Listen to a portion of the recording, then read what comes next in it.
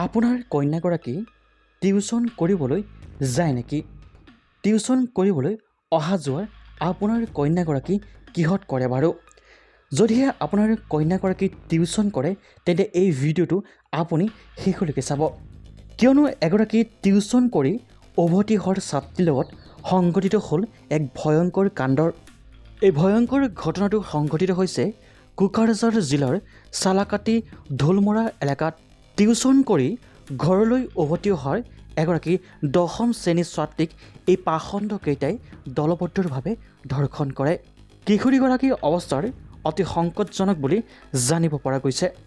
3জন পাষণ্ডৰ ভিতৰত ইতিমধ্যে 2জনক আৰক্ষীয়ে গ্ৰেপ্তাৰ কৰিবলৈ সক্ষম হৈছে। সঁচাকৈ কিমান সুৰক্ষিত বৰ্তমান অসমৰ নাৰীসকল?